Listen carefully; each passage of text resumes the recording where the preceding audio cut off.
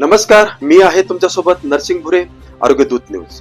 आज शांत बसून ऐकून नका. आज डोळे उघडणारी बातमी आहे. पाचोरा तालुक्यात एका अल्पवयीन मुलीवर गंभीर अत्याचार झाल्याचा प्रकार समोर आला आहे. पोलीस ठाण्यात पोक्सो कायद्याअंतर्गत गुन्हा दाखल आहे आणि तपास सुरू आहे.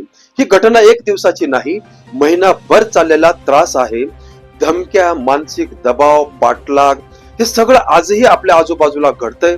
आता थेट आणि कडक शब्दात मुलांसाठी संदेश.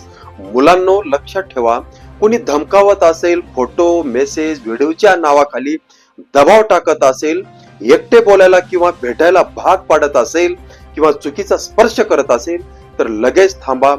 गप्प बसू नका. आई वडिलांना सांगा, शिक्षकांना सांगा किंवा थेट पोलिसाकडे जा. लक्षात ठेवा, चूक तुमची नाही, लाज तुमची नाही. गप्प बसणं हाच गुन्हेगारचा फायदा असतो. आता पालकांसाठी थेट आव्हान. पालकांनो, मुलं शांत झालीत म्हणजे सगळं ठीक आहे, हा सगळ्यात मोठा गैरसमज आहे. मोबाईल वापरावर लक्ष ठेवा. रोज संवाद ठेवा. वागण्यात बदल दिसला तरी दुर्लक्ष करू नका. अल्पवयीनवर अत्याचार करणाऱ्यांना माफी नाही. पोक्सो कायदा अत्यंत कडक आहे आणि दोषीवर कठोर कारवाई होणारच. ही रील स्क्रोल करून पुढे जाऊ नका. शेअर करा. एक तरी मूल सुरक्षित राहील तर ही रोल यशस्वी ठरेल. मी नरसिंग भुरे, सत्य आणि समाजाची जबाबदारी. धन्यवाद.